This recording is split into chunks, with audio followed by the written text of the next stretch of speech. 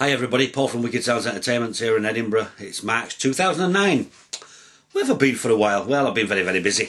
I've been working on a new project for 2009 which is non-disco related, and it's taking a lot of my time up at the moment, so that's why the videos have been a bit thin.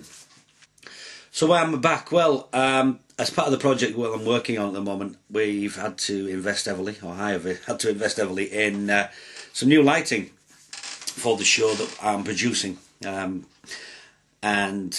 one of the lighting effects that I've got, I have literally just taken delivery of probably 20 minutes ago, all the way from Germany, because these lights are not in the UK at the moment, or they may have just started to appear in the UK, but I could not source any in the UK literally 5 days ago. So these have just arrived this morning, and I think I might be the first independent review of these particular lights. So I've got 5 of them stacked behind me. So which light am I actually talking about? Well, you're probably going to see. Let me get the box.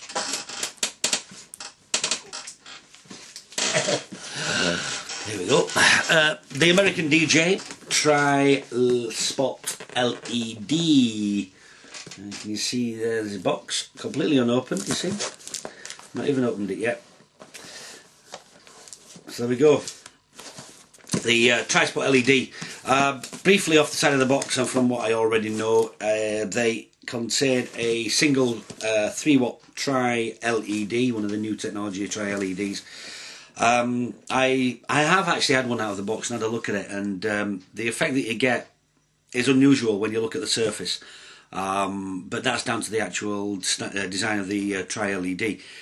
It's the actual effect in the air that I'm looking for in particular. And if you're looking for a surface effect, this might not be what you're looking for. However, if you're looking for some fantastic air effects, if you're able to use smoke and haze, then these, I think, are pretty damn good. Onto the light itself. Here is the light. It's bloody tiny. Tiny, I tell you. Tiny. Great though. Really well made. It's metal, it's got plastic, and it's got more metal. Oh, it's all gone to pot now, hasn't it? Yeah, it's metal, which a lot of the stuff that's coming in at the moment is not. It's Chinese LED stuff, because there's no heat. It's coming in plastic cases, and some of it looks really tacky. But no, American DJ, keep it up. Don't drop your standards. Nice metal casing. Yeah, it's got plastic trim, but that's trim. It's there for protection and for a bit of aesthetics as well. And believe me, compared to some of the other manufacturers out there that are releasing similar kit, you've got the edge with all these trims. Don't lose your standards. It also ties it in with other things as well, such as the Revo series. They've got the similar trims on as well, so they'll sit nicely together. The only difference in this one compared to a lot of the American DJ stuff at the moment is we're back to dip switches for changing the settings and DMX settings, etc. And it can be excused. We'll let you off, guys, okay? Because these things are tiny. Where on earth you'd put a complete circuit board for an LED display in these, I don't know. You've only just managed to squeeze in all the other things. Let's have a look at the back. There we go, on the back. You should be able to see. There we go, tilt it towards the light a little bit. DMX in, DMX out. Power in, no power out. Again, there's no space. And a jack socket there for the controller, the CA2 controller, because these can control via the handheld unit as well. DMX, obviously, if you want to chain them together to chain the effects. Now these things have got a couple of programs built into them for DMX chaining as well. I'm not going to go through the manual. If you want to go through the manual, it's online. I'll pop a link onto the to the site as well. Now these are spots. They are very powerful pin spots. Now I say powerful even though it's only a 3-watt. The light kicks out, can still blind you at 15 feet. The lens that it comes with, already fitted, is changeable, okay? Now that is a 6-degree lens to give you a nice narrow beam. Also comes with a second one as well, which is I'm not taken out yet, which is a 12-degree, giving you a slightly wider beam.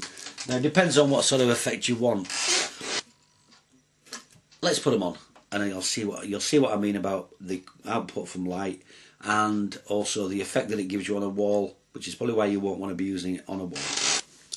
Okay, I've got the room blacked out now. Light is on, but I'm going to turn that off in a moment.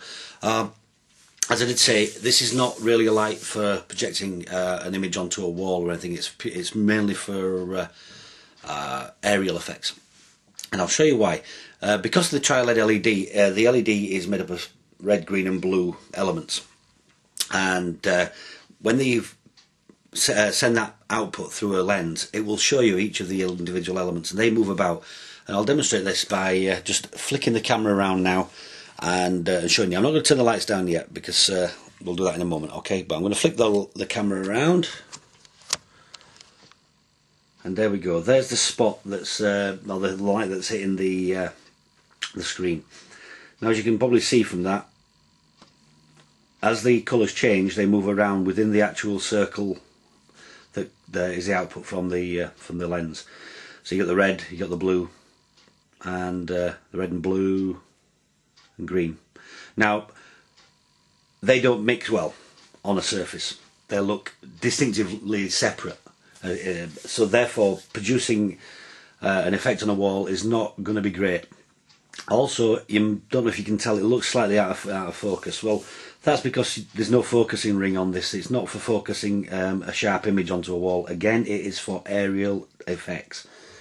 So let's rearrange the roof slightly, and I'll get the lights down and I'll get a little bit of smoke in. Unfortunately, I haven't got a smoke machine here, but I do have an alternate method of producing smoke to give you a view from the front of the light to show you the sharpness of the beam coming from the actual light itself. Okay, so we've repositioned now, and the light is approximately 2 meters, maybe, yeah, just short of 2 meters away from the actual camera. And there you can see how sharp the beam of light coming out is. Now, obviously, each of the individual colours have a different intensity. That's down to the colours themselves and physics and so on and so forth. But as you can see, an aerial beam coming from these little lights is pretty damn good. Now, as I say, this is a 6-degree lens that's in here. I'm just going to adjust it slightly. You can see there how sharp these beams are coming out. Now, if you get multiples of these, and they cost-wise, having multiples of these is not prohibitive, then you can get a pretty good effect out of these. So that is the 6-degree lens. What I'm going to do now is I'm going to change to the 12-degree. So now we're on the 12-degree lens, and as you can see, there is a major difference in the actual spread of the beam.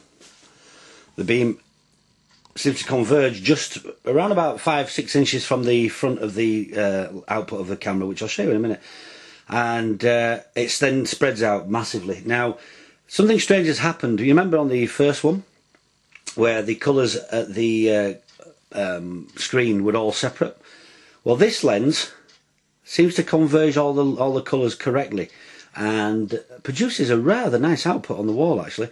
So you could use this one as a spot to highlight specific things.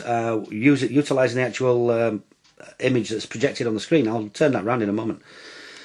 Again, the edges are really sharp of the beam. You can probably see that. Let's move this around a bit. There we go. You can see the sharpness of the actual output, and it does spread really well. Let me just show you this convergence. You can probably see that. There we go. That's where the light converges, which is roughly around about this point here. It seems to converge quite well there, and then it spreads, and onto the wall, and there we go. So you get a really nice sharp-edged circle image. I didn't expect that. As I say, this is the first time that I've had this lens on here, so there we go. There we go! I think I've done something again. I think I've got a first. I might not be, but there we go. Who cares? It's not about being first anyway. It's all about showing you the lights. These are, as far as I'm aware, just coming into the UK, if they're not here already. They're just coming in now. If you like pin spot effects and you want some really good beam aerial effects, these are the guys to go for. They are tiny. They are, I think, 130mm by 200mm by 200mm, that's at full stretch as well. One nice little thing that I did notice is if you rotate the actual hanging bracket around into the front of the lens, you can carry them that way and it'll protect the lens, because the lens is then protected by your hands and so on and so forth. But you can fit loads of these into a really small space. They weigh less than 2 kilos each, and they're really well made. American DJ, you've done it again. Another nice little light for the market. I'm sure we'll see more of these guys. I would like to see a 20-watt version.